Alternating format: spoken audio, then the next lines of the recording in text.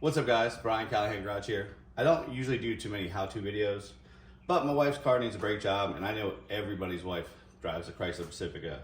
So this will pretty much work for really any car. But this is for my 2019 Chrysler Pacifica, which can change out the brake pads and rotors. Now, a big thing to remember is when your brakes are wobbling also, when you feel that like shake, it usually means the pads are, the rotors are actually, can't remember what it's called, warped. There you go. So what you usually do, and I do this on pretty much all my cars, is I do brakes and rotors every time. I know that sounds expensive because brake pads are like 30 bucks and rotors are about 100 a piece, but it just makes it easier. You used to be able to turn all these, but a lot of the stuff uses this cheap Chinese crap, so you can't really resurface them or know that they're gonna be safe.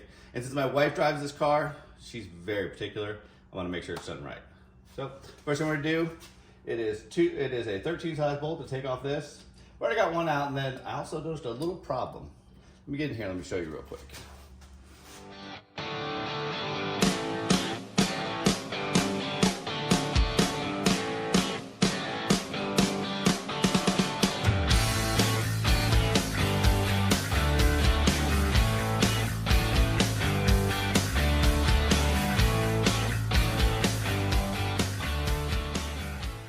So you got a bolt down here.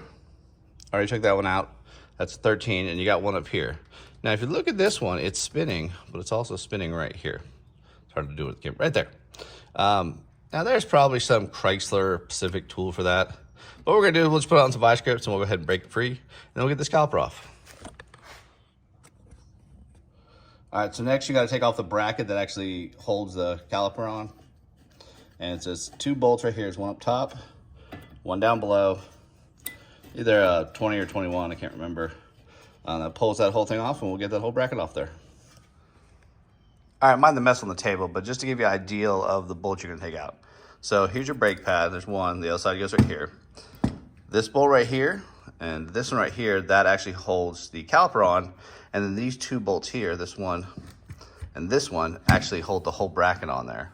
So to get the rotor off, or to just change the brakes, if you want to just change the brakes, just the pads, you can just take off these two and pull off the caliper. But since we're going to change the rotors, we took off the whole bracket with taking these two out. So this is a 13, and that should be a 20 or 21. I can't quite remember. Those are pretty tight bolts, so you have to put a little muscle into them. Now let's get the rotor off.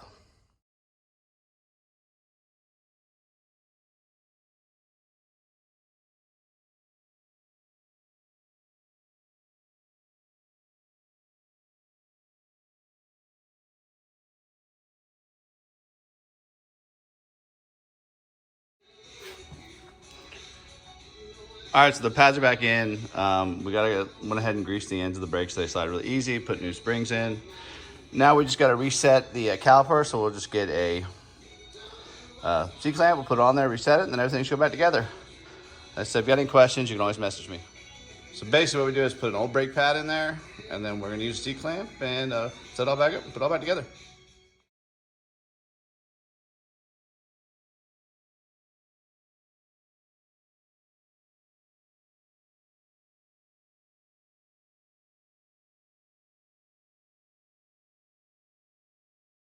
All right, guys, well, it's all done. I definitely will come back and I'll torque these real quick. I don't remember what the torque specs are. I've got to look them up. It's a really, really easy job. I just see like I use just a little filler there so I can get that rotor to hang on there. It's not that difficult. Now we're going to go to the other side, but you don't need to see that because it's going to be the same thing.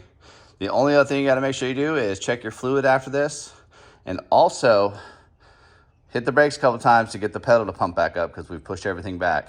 So thanks for watching Callahan Garage, and go out there and work on some stuff. Have some fun.